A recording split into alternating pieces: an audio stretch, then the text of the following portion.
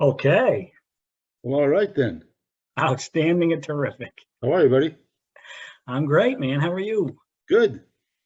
I'm excited that, oh, there it is, full screen. There you are. Here we are. Am I too dark? Am I doing all right? How we looking? No, you're good. All right. Everybody tells me that I know that watches it say that they watch the podcast because of you, not because of me. I heard one person say that. Wow. My friend Maria, I think, right? Maria, yeah. Oh, that was very sweet. That was, I don't know if you want to jump into this, but when I met her at that event, Yeah. I was so impressed with just the love in that room, and like, I don't know what they call a receiving line, I suppose, at Awake, and there's 30 people, and I was just blown away. Yeah, it was cool. It was very cool. So one of the things, I don't know if I told you before, but I'll bring that up. I always knew that my mother was funny. And I think I told you this before. Before my dad passed away, she was funny, but she wasn't funny because, you know, the old tradition, women aren't supposed to be funny. Right. So then as people go through the line, I'm supposed to be, you know, sobbing and stuff, but I'm making people laugh in the line, you know how I am. So what was I going to? Oh, so a lot of people were saying, like, I'd make these people laugh, and they'd say, Tony, you're just like your mother. She used to make me laugh all the time.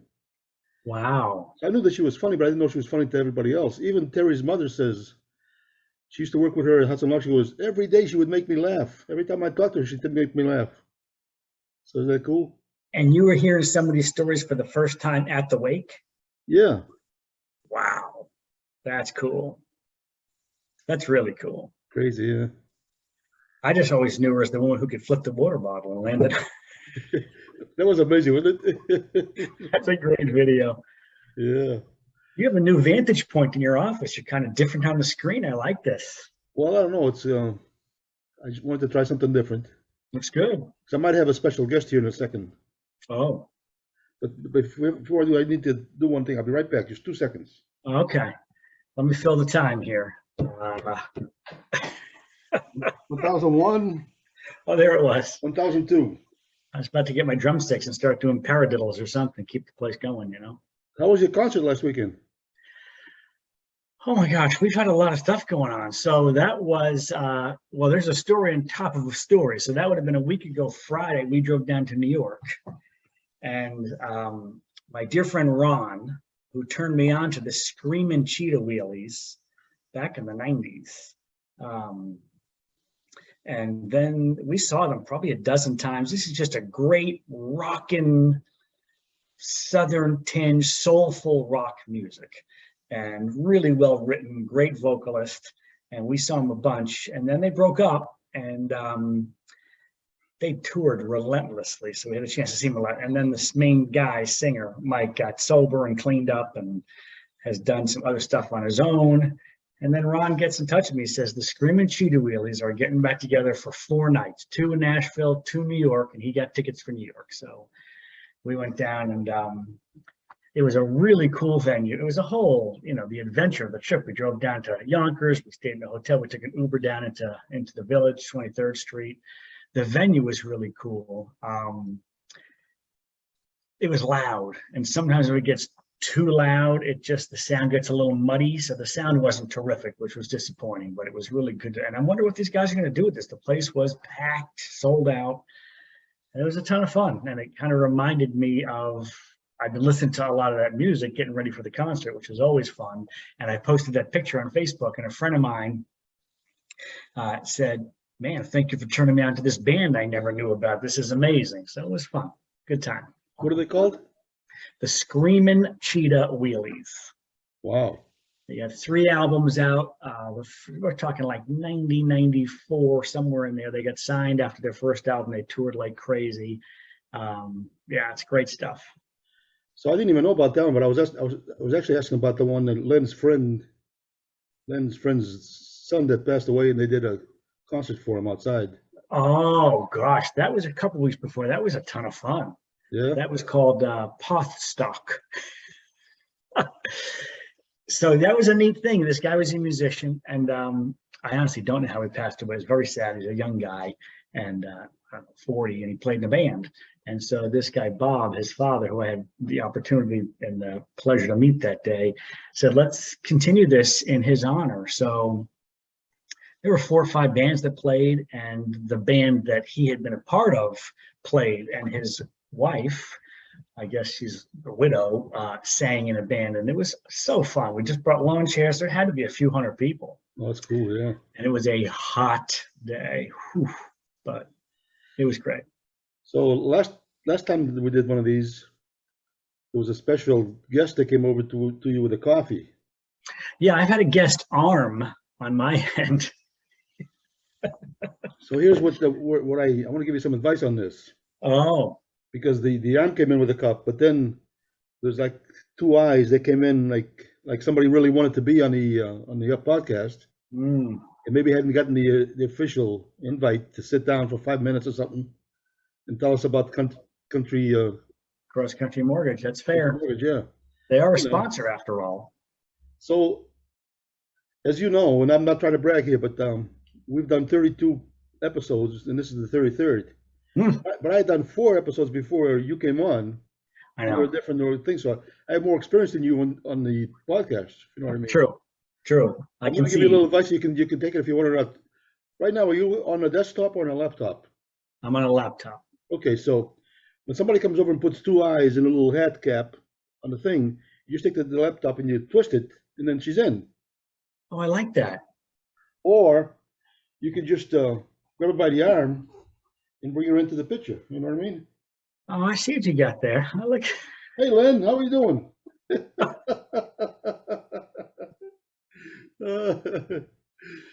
So I have this thing on in my bathroom, right? And it's like on a wall. And when people come over and say, "Oh, that's nice," I says, "Yeah," but every time I'm taking a shower, she's trying to look over the curtain. The curtain. Yeah, that's not right. I feel very uncomfortable. So you took her out of the bathroom, I see. Yeah, because I went to do my little prop. Oh my goodness, that's funny. So I think you should do that. Invite her, do an official invite to join us for 5 minutes, 10 minutes, wherever she wants.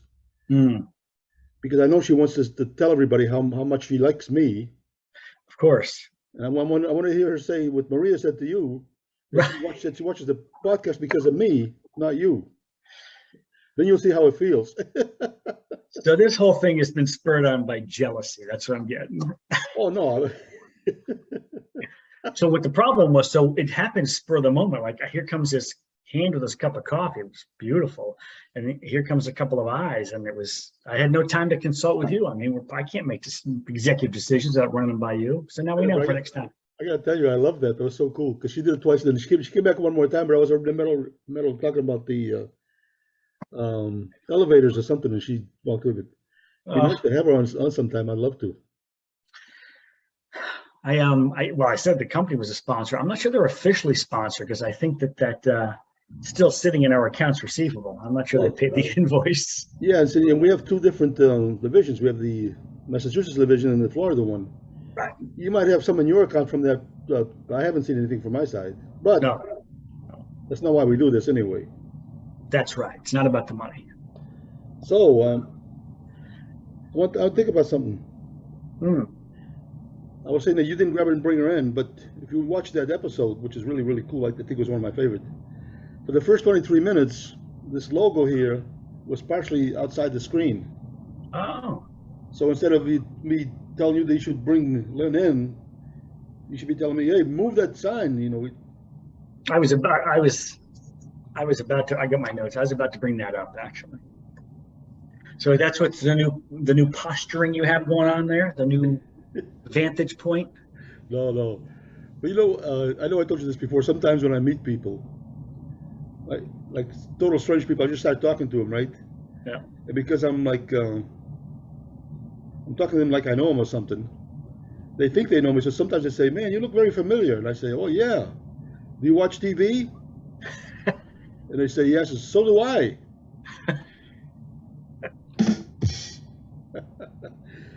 So I saw this guy the other day. The other thing you can do if you want to, when you say, "Hey, how are you?" Instead of saying "How are you," say, "Hey, how you been?" Ooh, that throws them off. Throws them up because now they think that I know them, so they have to figure out who I am, right?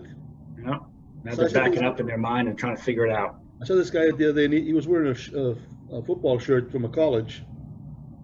And I don't know who he is. I never met this guy before. I didn't even know who the college was. But I says to him, "Hey, you still wearing that shirt?" As if I know him or something. I don't know. He says, "Yeah, yeah." I says, so we're going back and forth. And then he said to me, "Man, you look so familiar." I said, "Well, yeah. Do you watch TV?" He goes, "Yes." I said, "So do I." Let's get a laugh. He said, "Man, you're funny." That's got to get a laugh from people. Yeah, it's funny because, especially if you say, "How have you been?" That's a good one. They think you've known them for a long time or something. Or like nice to see you versus nice to see you again. Nice to see you again. Oh. But if I say nice to see you again, it's a lie because I never saw him before. Well, because again, this goes back to that whole concept of people don't want to look foolish. And it reminds me of our episode 30 about asking for help. I've had so many conversations around since then, and really cool, deep conversations, because I think, and people agree, the reason we have trouble asking for help is we don't want to show any sort of weakness. Right, yeah. So I got a story for you. My friend Ron, who is faithfully watching all of our episodes. This is 32 or is this 33? 33. 33. So Ron corrected me. He didn't correct me. He said to me, "How did you leave that story out?" And this ties into asking for help. So last summer, so a year ago June, my dad passed away, Sweet Bob. And he was living in the first floor of a 3-decker across the driveway from me that I was, and I had to do all this renovation work. There's a lot going on there too, because I was really dragging my feet, and I was realizing it was because, well, once this is renovated and someone else is here, he's really gone, so the whole piece there. But my friend Ron is, man, he's a lot of things, and they're all good, but he's also really good at just handyman stuff and sheetrock and all this. And we're close enough that I felt comfortable reaching out to ask him for some help. And so I said, "I need some help with this bathroom." And he says, "All right." And he came over on a Saturday. God bless this guy. And I think it was a Saturday. And we went immediately up to Home Depot. I live very close to Home Depot, so I didn't have anything there ahead of time. So we walked into the Home Depot, and we probably bought, sheetrock is 4x8 sheets. I'm not sure if it's 3/8 or ½ inch thick, but it's heavy stuff. And we probably had 8 or 10 of them. And Home Depot's got those huge carts that are low to the ground, and they have these rails in the middle, so you can slide the sheetrock in, and you got on there, and you're on a couple of funky wheels to get to the cash register. So we get up to the cash register, and we probably had some other stuff on there, a 50-gallon drum of the compound or mud or whatever. And at the register, I said, "All set to pay for a van because we need to move this stuff." And she says, "Oh, we don't have any vans today." And at this point, the stuff is paid for, and we're on the other side of the cashier with all of our sheetrock on this dolly, and there's no van to get it to my house. So when I say I live close, it's probably less than a half a mile. Yeah. So right in the parking lot, I'm like, "What are we going to do?" And I'm like, "We're going to return this stuff, shut the whole thing down. Ron lives an hour from me. He's going to drive home." And I'm immediately frustrated. And Ron is immediately in solution mode. He's like, no, we're going to figure this out. So we start walking through the parking lot with this big dolly rolling this. And I think at some time we both figure out, we're going to take this dolly all the way to my house. Down Gold Star Boulevard in Worcester. And so we're like, how do we get this thing off? Like, if we just walk off the premises, I'm going to know. And so Ron's got his keys out with this thing, and he's holding over his head. He's like, where do we park? And he's doing this, trying to, beep his car to find out, acting like we don't know where we parked, and which is why we're walking through the end of the parking lot with this dolly and our sheetrock on it. And then the driveway kind of comes down, the other slight decline in this driveway. So we're hoping this thing's not going to get ahead of us. And then we get down onto Panera, Gold Star Boulevard. Thankfully, there's a car dealership that runs the entire span of this block of Gold Star Boulevard. So we could stay in the car dealership parking lot to get down to the light, to then cross the street to my street. But yet we're still doing like the old, "Hey, where's the car?" Anyway. And then we got pretty close up to Gold Star Boulevard, and we're just wondering, like, here are people driving by going, what are these two idiots doing? And then we got down to, and you really can't cross the street without the light in your favor because it's that big. There's like 5 lanes of traffic going one way. So we get the light, and we're going to cross the big dolly and over all the, oh my God, they come up my driveway into the back of the house.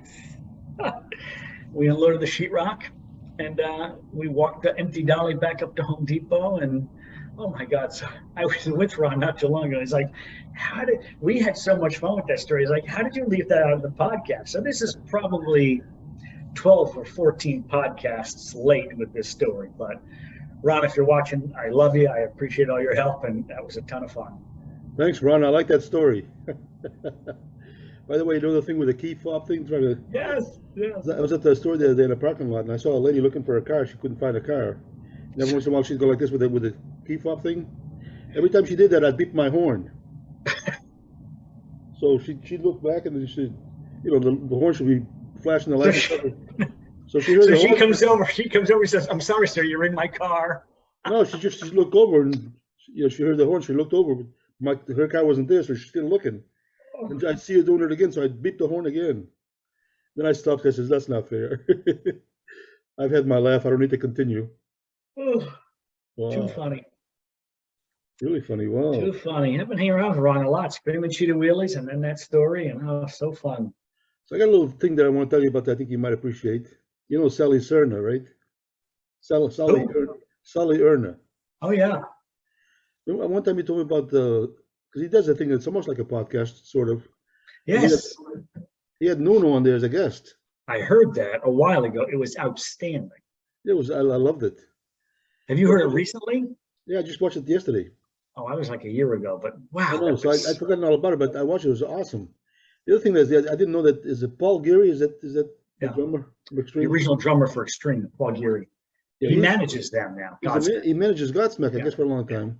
Same guy. So he gave Sally some things to question Nuno on, that it was so funny. Because he told Sally some of the things to ask Nuno about, to try to trick him or something, whatever. It's funny. It's been a long time since I heard that, but I remember the one thing I took away from that, because it's been a while, was, and I was surprised because, Nuno's up and coming, back in the day in Massachusetts. Yeah. And a little after that, Sully's up and coming. I'm like, of course these guys know each other, but I was struck by how well they know each other. Well, they know each other. It was just a couple of friends talking about the old days.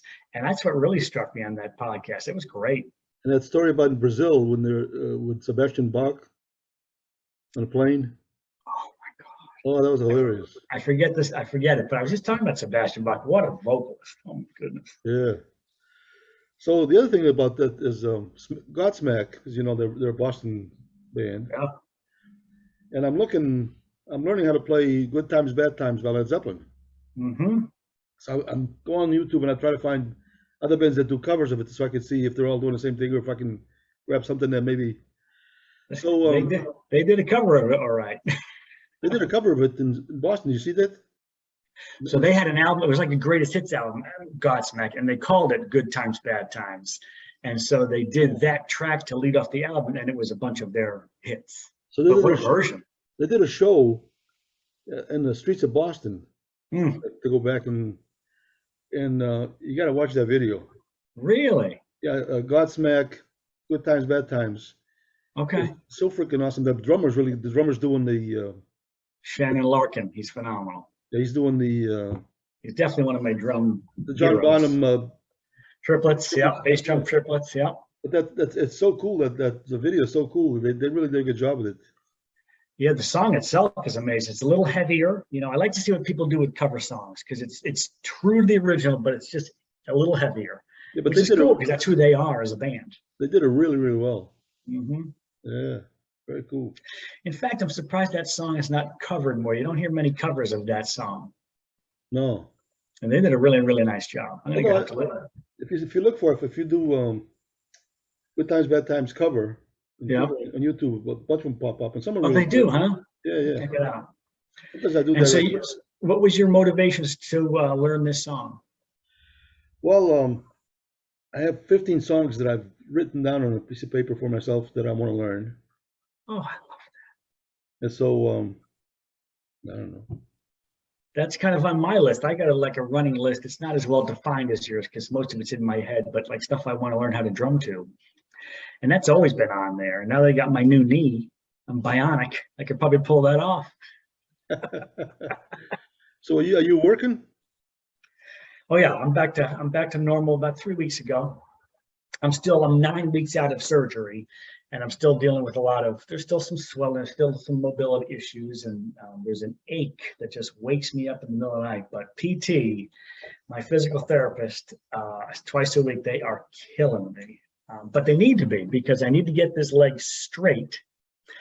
It's close. Straight, like meaning if you're laying on your back in your bed, you could put the back of your knee on your mattress, just like push it down. I can't do that yet. So we're trying to get it to 0. And we've got it to 0, but wow. And then you got to get it closed as far as you can. So yesterday we set a record, and we got it to 0, and he's able to hold it there. It's uncomfortable. And then we got it closed to 131 degrees, which is it's good. 135 is the goal. And I'm a little nervous just because I've been told that the mobility you get in your knee in your first 12 weeks is what you're going to have. And I'm at 9 weeks. And he's like, you just got to relax. His name is Ross. He's the best. He's like, you just got to relax. He says, if it helps you at all, I'm not worried at all. I'm like, okay, that does help. And he is just killing it. So what's holding it from getting straight, or is a lot of it, it's all muscle. And so he's doing this really deep tissue muscle stuff. Like he's about 6'1", 230, and he's got his forearm on my quad, on my thigh, and he's just cranking all the way up. And I'm embarrassing myself in the studio. It's all open. There's like 10 tables, and I am trying to breathe through the stuff and huffing and puffing. I must be making people nervous because I'm not. You can't. It's unbelievable, you know. But how about you driving? Does it affect your driving or no? No, it doesn't. What happens is if I'm in any position for too long, it just stiffens. So that's true of driving, sleeping. It's like, boy. But I get out of the car and I kind of stand up and try to push the knee back, and I get going again. So because of you, when you said that before, when I was in bed, I laid down on my back and I see if the back of my knee would touch the mattress, right? Yep. And I hear the mattress say, "Hey, release the tension." I was putting too much tension on the mattress. By the way, I'm really looking forward to watching this one because the last time you hit that sound effect, just so you know, on my end, I was exactly on. Yeah. So we'll see what happens with the broadcast. You know, every once in a while somebody hits it at the right time. That's right. Even a blind squirrel find a nut once in a while. Yeah. Crazy, huh? You've been busy work-wise. You've got some stuff going on. Yeah. Good. I need to get back on track and Glad to hear it. What's going on weather-wise in Florida right now? It's August. My God. August is high, you know, it's like in the 90, 92 range. But like all my friends down there tell me, you go from an air-conditioned house to an air-conditioned car to an air-conditioned whatever. It's like whatever, right? Yeah, and like yesterday morning, for example, I walked around the block 5 times. Yep. So then Terry walks into the bedroom and said, "Hey, put that block back in the closet and help me make the bed."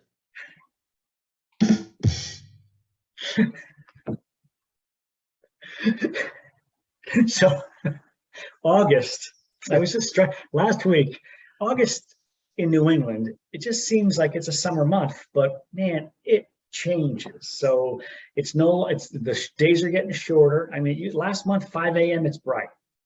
It was almost 5:45 this morning before it was starting to get light out. And it's chillier. I woke up this morning, it's 59 degrees. So the days are getting shorter. It's getting cooled off overnight. And it's funny, every year I go through this because you think that's more like September, but August, assume is a summer month. It's a changing month. Yeah, that's nice. I like it when the weather's like that. Which is also nice because it's been, last 3 weeks it has been crazy, deathly hot. Yeah. And so we're thrilled to be getting past some of that. But I've been, my friends up north that are complaining about the heat. I sent them a text saying, "Hey, come down to Florida and cool down, will you?" well, you were up here not too long ago. It's been crazy hot. Yeah, it's been hot, yeah. That week when I was up there, it was like, it was really hot, yeah. Yeah. And we had about 3 weeks just like that, just like hanging out in the 90s and brutal. So I went There to you my go. doctor. I'm going to fire my doctor, by the way. Oh, He's a nice guy, but every time I go there, he talks for an hour straight. Talks and types on his laptop, right? But he's supposed to be talking about me, but he's telling me these stories that really don't have anything to do with anything. I'm like, what the heck am I doing? So last time I was there, he had a student that's in a medical student that has to go through to visit with doctors for a while to learn, whatever it is. But I think he was trying to impress her or something because he started talking about, how's your memory? I said, I don't remember. No, then I said, no, listen, my neurologist, because after the stroke, my neurologist called me up and wanted me to go there and do a memory test. So I went. They put you on a laptop, and there's all these things that you look at and you see and stuff. Then when it's all over, it starts asking you questions about what you watched. And the doctor said, Tony, you came up in a high 90 percentile on this memory test. I said, what does that mean? He says, well, it means you're doing well. I said, okay, but how many people my age have you tested that didn't have a stroke? He says, well, we don't do that. He says, maybe I'm 90 percentile of everybody. I mean, who knows? ah, So for some reason, my doctor was like challenging me on the memory stuff. He says, okay, I'm going to tell you 3 things. So he tells me 3 things.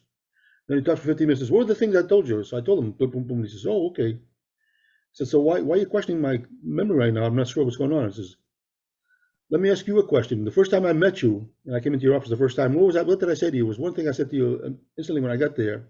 What was it? He says, I don't know. I says, see, your memory's not that good either.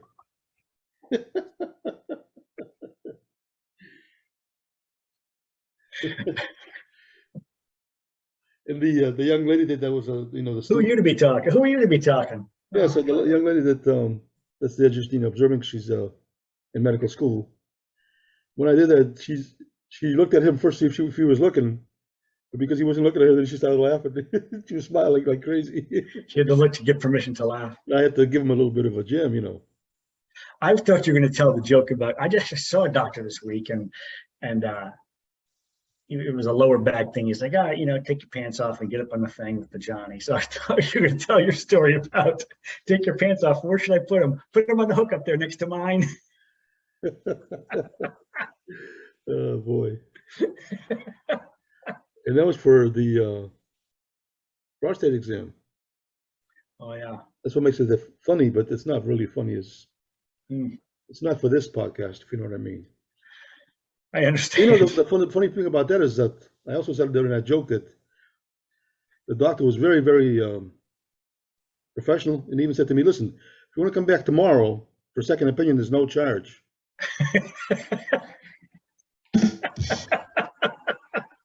And then while he was walking out of the room, the nurse was walking in, and I saw that she gave him a kind of a weird look. So she goes to me, who was that guy?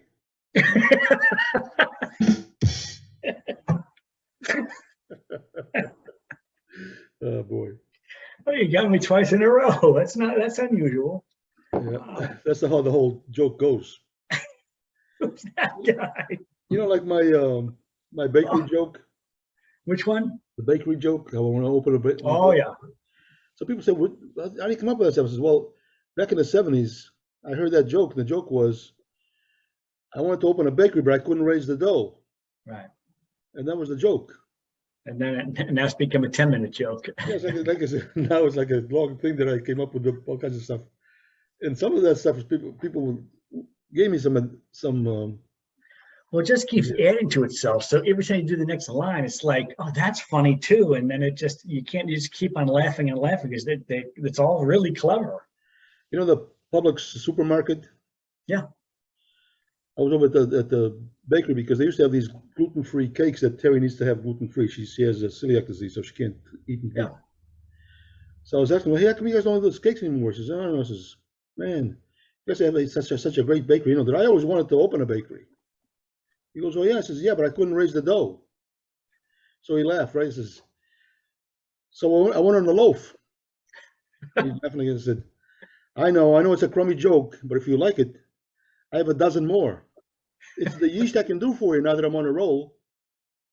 If you don't like it, you don't have to sugarcoat it. Just let me know and I'll bag it and leave. The key is you got to say them slow enough that the brain hearing it can process it, laugh, and then get the next one and the next one. Oh, it's all timing. You know my friend Peter Grace that does the thing with the ukuleles with the ladies there? Yes. So there's a bakery in Dunedin called Scone Age. Scone H? Age. Uh-huh. Like Stone Age, but Scone Age. Oh, that's cute. It is cute, yeah. Scone I went there when Age. they were playing with the ukuleles. I went there to watch them stuff. And I went in to get a coffee. And the guy that was serving the coffee looked like the older gentleman. He didn't look like he was in a good mood or something. So I said, hey, it's a nice place. I always wanted to open a bakery, but I couldn't raise the dough. You look at me like I was crazy, right? I said, I went through my whole thing. He says, yeah, whatever. I says, so you didn't like it? He goes, nah. And then when it was all done, after telling me he didn't like it, but he said like he was wasting his time or something. So then he tried to come up with a joke. I said, no, you had your chance. It's over. You're not laughing at mine. I'm not laughing at anything you come up with. That's what I said. Yeah, that's pretty much what I said. Yeah. Oh, that's funny. Wow. Weird. Well, it's good to be back on the No Hissy Vid Zone. We've been off for a couple of weeks, so it's good to get back. I know. I miss it when it's not happening. One of my brothers says, how'd you come up with that name, the No Hissy Fit Zone? I says, don't get me going. And for a second, he looked at me like something was. Oh boy! Wow. But my ex-partner, that created the name, he didn't create it, but I created it because of him. He watched the last one. He says, "Tony, that was awesome. Great job. You guys did a great job." Oh wow, nice. He says, you guys are on it, and that's awesome. He's happy for us. Nice. As you should be with the rest of our viewership. It's wonderful. Oh yeah. We provide a value and they appreciate it. Are we about to get kicked off? No, I got the note that we're running out of time. We have 10 minutes. Okay. I think that was 2 minutes. I was about to tell you another story about my friend Joe, and I thought we might be out of time. No. We'll probably have about 8 minutes left. Well, you know my buddy Joe. So Joe lives in California, but he was in New York last week visiting. His brother lives there and his niece. And he came with his mom. Of course, they all grew up in New York. And they got tickets to, we all grew up as Mets fans. And it was kind of cool being that we grew up on Long Island. So it was like Mets Yankees. For some reason, we were Mets fans. But the town we lived in, the railroad station that went into New York City, Penn Station is down, is Midtown Manhattan. And then all the trains go out from there out to Long Island. And our particular branch, the last stop was our town. And one of the stops on this train line was Shea Stadium, where the Mets played, which has been torn down and replaced with Citi Field. But, I forget how young we were, but 11 years old maybe, and we'd hop on the train and take it into Shea Stadium and walk into a game and think to myself, God, where are the parents with these decisions? But we used to do this 11, 12 years old. Yeah. And so a group of these guys were getting tickets to the Mets game last Monday night. So my friend Chris and his wife Joy and Stein were in town. And so then Joe got 4 tickets for his mom and Steve and Grace, his brother and niece. And Grace is one of my favorite people in the world. She's awesome. And so I was talking to Lynn and she's like, let's go. I'm like, really? So I hopped online and I bought tickets. I knew the section and I knew the row that they were in. And they had this little pod going. So it was like they were in rows 6 with 3 seats there, like 21, 22, and 23. And then row 5, they had 4 seats. And so I found 2 seats in row 4. But I didn't know which seats they were going to be until I bought the tickets. And it was like 21 and 22. It was perfect right in front of them. And so we drive down, we get in there, and we're hiding, watching them get down to the seats.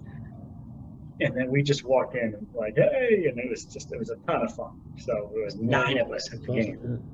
And 7 o'clock game, we left at about 2:30, got down there about 6. I knew it'd be short on the way home with no traffic.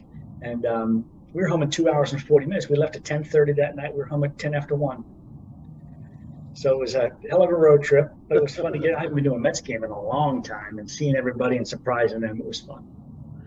So one time I was with Gary Dupendorfer, a good friend of mine. I think you met Gary. I know the name. And we're going to go do a presentation in Long Island. So we go down there, we start driving. And everyone says, where the heck are we? He goes, we're in Long Island. I says, well, obviously, but man, I didn't think it was this long. 120 miles long. I know, it's that crazy, is it? I thought, I didn't know, I had no idea it was that long, you know, just. I think it's 120 by about 30. So the island that I'm from in the Azores, Santa Maria, Yeah, is 8 miles wide, 16 miles long. 8 by 16. But you know, it's all you knew when you were a kid. You just thought this is like, I never thought about the fact that I was living on an island. Yeah. My island is actually surrounded by water. Wow. Wait, say that again. That would have been funnier had I not laughed. Yeah. That's one of your favorite lines. When you said that, that was one of the first episodes of our No Hissy Fit Zone. And because Azores is like a group of 9 islands, is it? How many islands? Nine, yeah. 9, look at me. And so that's why that fits so well when you said it. I thought that was the funniest thing I'd ever heard. So I might have told you on the way up there to go to my mom's funeral. I was in Nashville at the airport for a couple hours. Oh, yeah? There was a couple next to me, the older couple, real nice people. So I was talking to him and I told him a couple of jokes and I showed him my pride and joy and this and that. So he goes, "You're a funny guy. Where are you from?" I said, "I'm from the Azores."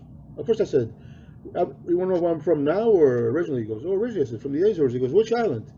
I said, "Santa Maria." He goes, "Oh my God. We have gone to eight of the islands. The only one we haven't gone to is yet is Santa Maria. That's the next one."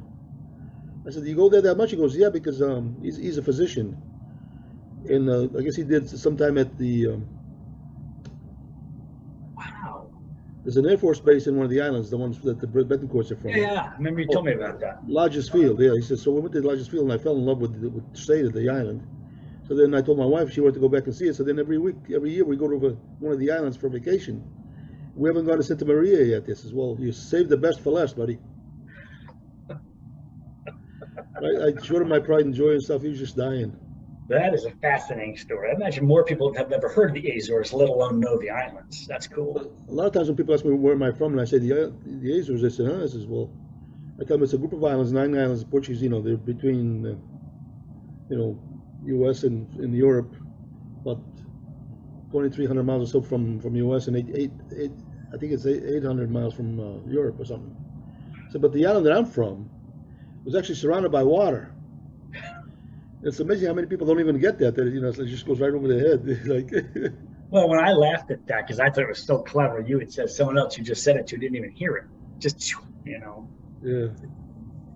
Which that's that whole concept of we're so busy, not listening to people because we're just thinking about what we're going to say next. So if you catch yourself doing that, it's fascinating. You realize, oh, I'm really not listening. I got to stop that and listen. Before they cut us out, because we got cut out at 40 minutes, I thought it was 45, but it's 40. Oh. I'd like to extend an official invitation to the keeper to come and join us for a few minutes at least. Okay. I think she'd do well. I think what she did was so funny because the way she was looking at it with the eyes, you could just see the eyes. She was like smiling. You can see she was smiling with the eyes. I wish she had jumped in. Remember? Okay. You know how to get her to do it now. Yeah. And bring her in. Just pull her in. So Terry said that saw that I had this in my office is in my garage. My garage is air conditioned and insulated and stuff. And she saw that. She says, "What are you doing with that?" I says, "Oh, it's a prop for the podcast." She goes, "Huh?" She says, "Oh, don't worry, I got it under control. Don't worry." Garage? I thought that was in your bathroom.